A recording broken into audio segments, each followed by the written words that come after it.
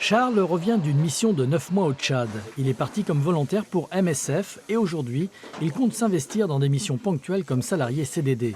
En Afrique, il a changé son regard sur le monde et il s'est senti utile.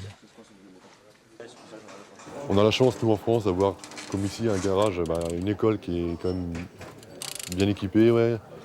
Ils ont du matériel pour apprendre et là-bas, c'est ce qui manque. Ouais. Donc, le rôle du mécanicien aussi, c'est de partager ses connaissances et de former les locaux. Donc, entre guillemets, aux techniques qu'on peut avoir en France ou en Europe, pour qu'eux aussi ils puissent avancer et qu'ils enrichissent aussi leurs connaissances. Le mécanicien, c'est un maillon de la chaîne et il est indispensable pour intervenir en urgence dans des pays en guerre. Sans lui, pas d'acheminement de médicaments.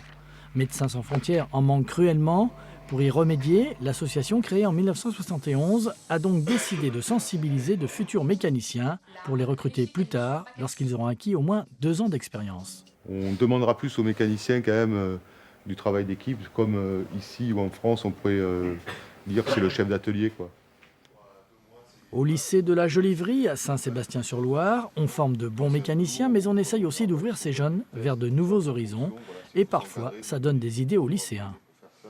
Je pense que oui, ça peut être vachement enrichissant, parce que ça change de la vie courante. Puis c'est vraiment travailler notre métier, mais dans une autre circonstance, vraiment plus difficile. Voir un peu comment ils vivent et puis les aider au quotidien, dans leur tâche quotidienne. C'est pas trop dangereux ça? Si, mais bon, faut se mettre à leur place. Sinon on est à leur place, comme on ferait, on aimerait bien avoir un peu d'aide aussi. Et pour ceux qui sont mordus, il y a moyen de faire carrière chez MSF.